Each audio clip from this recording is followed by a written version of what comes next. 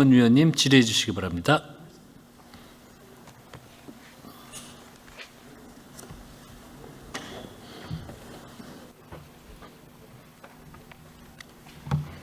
네, 우리 존경하는 한명도 예결위원장님과 또 동료 선배 의원 여러분, 또 국무위원 여러분과 관계자 여러분 수고 많으십니다. 오늘 저는 그 ODA 예산 자꾸 질의를 드릴 수밖에 없는데요. 이 구조가 우리 이명박 정권 때 자원외교한다면서 해외로 예산을 많이 쏟아 부었다가 회수도 못하고 속칭 검은머리 외국인이라고 하는 알도 듣도 못하는 그런 자들이 또 수십조의 불법적 이득을 취한 그런 사례와 상당히 비슷하기 때문에 이거에 대한 질문을 드리지 않을 수가 없습니다. 지금도 차관님, 외교부 차관님 나와 계시죠? 예, 우리나라 지금 ODA 예산이 2025년도에 그러니까 ODA 예산이 2022년도에 비해서는 2조 6천억, 2023년도에 비해서는 2조 1천억이 증가했거든요. 아까 제가 말씀드린 대로 2조 원이 갑자기 증액이 됐습니다. 예, 그건 확인하셨죠? 제가 파악하기로는 1.5조 원인 걸로 아는데요. 정부 전체적으로 봤을 때 2022년도 대비 2조 6천억 증액이 됐고요. 네. 2023년도 대비 2조 1천억 증액된 그런 결과입니다. 네. 다시 한번 확인해 주시기 바라고. 네. 첫 번째 의문점입니다. 증액 규모가 갑자기 너무 커졌다. 네. 윤석열 정부 들어와서. 예. 동시에 이때 R&D 예산을 5조 6조를 삭감하고 ODA 예산을 갑자기 2조를 늘려놨거든요. 네. 그래서 아주 그때 굉장한 갈등이 있었던 해인데, 두 번째로 ODA 예산을 증액을 해놓고도 사전 사업성 검토 같은 게 전혀 없었다. 그때 기재부에서도 굉장히 몰아쳤던 기억이 납니다. 2조 6천억 증액된 거를 어떻게든 소화해 보려고 여기도 저기도 그냥 사업성 검토 없이 일단 올려라 이런 식으로 해서 예산이 편성된 것으로 기억이 납니다. 그게 두 번째 문제고요. 세 번째는 그런 ODA 예산이 빠져나가서 갔는데 이게 그 해당 지원 받는 국가에서 어떻게 지출이 됐는지 나중에 이게 확인이 되느냐, 그러더니 확인이 거의 어렵다. 아까 제가 보여드렸죠. PPT에서도 이게 나중에 어떻게 지출이 되고 어떤 효과가 있고 사후 검토 같은 게 안 된다. 이게 세 번째 문제고, 네 번째는 주로 지원받는 국가에다가 이제 차관이라든가 이런 것들을 제공하는데, 이상하게 윤석열 정부 들어서는 민간한테 많이 가더라. 그래서 민간 혹은 국제기구 협력차관, 특히나 민간한테 많이 가서 이 민간이, 그러니까 해외 지원받는 대상 국가에 있는 민간이죠. 얘네들이 어떤 장난을 치는지 우리가 여기서 관리를 할 수가 없지 않습니까? 걔네들이 낸 자료를 우리가 어떤 공적 루트를 통해서 확인 못하는 거 아니겠습니까? 그러니까 기재부에서도 외교부에서도 사후 관리가 어떻게 되는지 모르겠다라고 손 놓고 있는 실정인 것이고요. 그 다음에 다섯 번째, 아까도 말씀드린 민간협력 전대차관. 이게 1987년도 이후에 30년 만에 등장을 했는데, 1987년에도 약 30억 원 정도밖에 안 됐던 민간협력 전대차관이 갑자기 아까 말씀드렸듯이 1,500억 이상의 그런 예산이 잡혔다. 근데 이 민간협력 전대차관은 사업 목적이 없어도, 구체적인 사업이 없어도 그냥 그쪽 나라에서 금융기관에서 대출받아서 어디다 썼는지 막 빼먹어도 된다는 그런 돈 아니겠습니까? 외국 차관 알고 계시죠?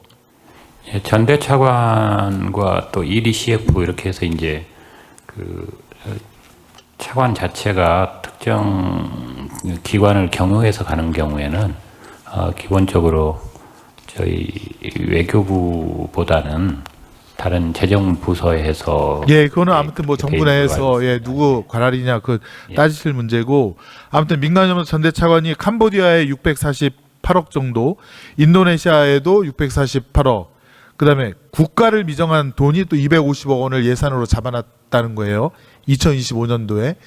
그래서 1,500억 정도 되기 때문에 예전에 1987년도에 한 번 했던 그 30억짜리 그때 예산보다 지금 50배 정도 되는 민간협력 전대차관이 지금 2025년도에 설정이 되었고, 그나마 이것이 지금 어떻게 지금 집행이 됐는지, 그다음에 나중에 이게 어떻게 검토를 할 건지가 확인이 안 된다는 거예요. 그래서 크게 5가지의 문제가 있다는 거고, 특히나 캄보디아는 아까도 말씀드렸지만 지금 검찰에서 압수수색을 할 정도로 이게 통일교 로비와 관련이 있는 것이 아니냐 지금 수사가 들어가고 있다는 거 아니겠습니까? 그러니까 문제가 되니까 지금 지출 이 조정할 때 빨리 이거를 갖다가 지출 조정을 해서 국민의 혈세가 외부 기관으로 헛되게 나가지 않도록 해달라는 그런 요청을 드렸던 거고요. 그거는 인도네시아도 마찬가지고 국가 미정으로 잡혀 있는 민간협력 전대 차관 250억도 빨리 이거 지출 구조 조정을 해야 된다. 그 말씀을 드렸던 것입니다. 이것뿐만 아니라 지금 우크라이나에도 지금 얼마가 지원됐는지 혹시 차관님 알고 계십니까? 우크라이나 4억 불 정도. 예. 우크라이나도 지금 그 코이카에서 1억 불이 무상으로 나간 것으로 알고 있는데 맞습니까? 한 1,400억이 이미 나갔죠. 1억 불이 전체 나간 건 아니고 1억 불 규모의 예산에서 일부 지출이 되고 있는 지출이 걸로 되고 있고 예, 예. 그다음에 우크라이나의 지금 최상목 경제부총리께서 작년인가요? 21억 달러를 지원하겠다고 지금 발표를 했죠.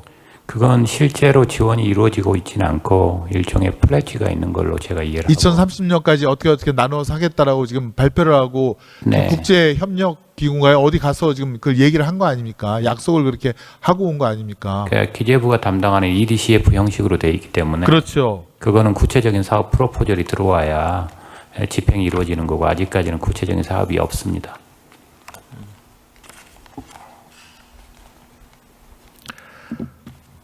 우크라이나는 코이카를 통한 무상 원조도 있고 수출 금융 지원도 있고 뭐 인도적 지원도 있고 유상 차관도 있고 또 2030년까지 분할해서 주는 것도 있고요. 그다음에 갑자기 또 아프리카에 10억 달러 지원한다고 윤석열 정부가 발표한 적이 있습니다. 기억나십니까? 그거는 미처 파악하지 못했습니다. 10억 달러 한다 그러고 제가 기억하기로는 저는 100억 달러로 기억하고 있는데 예. 아무리 검색을 해봐도 10억 달러 정도로 나와 있고 이것도 좀 보고를 좀 해주시고요. 이렇게 ODA 예산이 지금 2조 원 이상 증액이 되면서 이런저런 저런 국가로 가는데 이것이 어디에 쓰여져 있는지 확인도 안 되고 사전 검토도 안 되고 지금 ODA 예산이 나가려면 저희 그 법을 보니까 사업 발굴하고 타당성 조사하고 사업 심사하고 사업 승인하고 정부 간 협정 체결하고 차관 계약 교섭 및 체결하고 컨설턴트 고용하고 구매하고 사업 실시 및 자금 집행 사업 관리 이런 절차를 쭉 거쳐야 되는데 이런 걸 갖다가 완전히 그냥 무시하고 2024년도 예산 편성할 때 막 집어넣으라라고 해서 그때 난리 난 거 아니겠습니까? 2025년도도 또 똑같은 게 예산이 좀 반영된 거고요. 이것부터 빨리 지금 구조조정을 해야 된다. 저는 그 말씀을 드리는 겁니다. 정경환 의원님, 사실 ODA 예산 전체가 이제 외교부 지적 사항은 제가 유념하겠습니다만은 외교부가 전체 관할하는 게 아니고 외교부는 생각보다 분절화되어 있습니다. 그래서 기재부, 저희 또 각 부처, 심지어 지방자치단체까지 분절화되어 있기 때문에 국무총리실에서 전반적인 정책을 짜서 저희에게 방안을 주고 있고 무상원조와 관련 부분은 저희가 이제 주도로 하긴 하는데 국제 경제 입장을 통해서 노력은 하고 있습니다.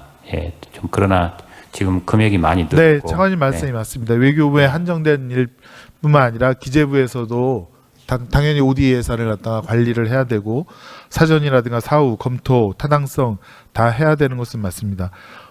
그러면 기재부 1차관님 담당인가요, 이게? 혹시요? 2차관님입니까? 1차관님. EDCF는 1차관 담당. 1차관님. 예, 제가 말씀드린 그 문제점 좀 이제 같이 공감하실 수 있습니까? 저희가 오전 질의에 점검해 보겠다 했고요. 그 전대차관 아직 집행이 아직 아예 안 된 걸로 현재 확인하고 있습니다. 캄보디아 건은 집행이 안 된 걸로 알고 있고요. 인도네시아 건은요.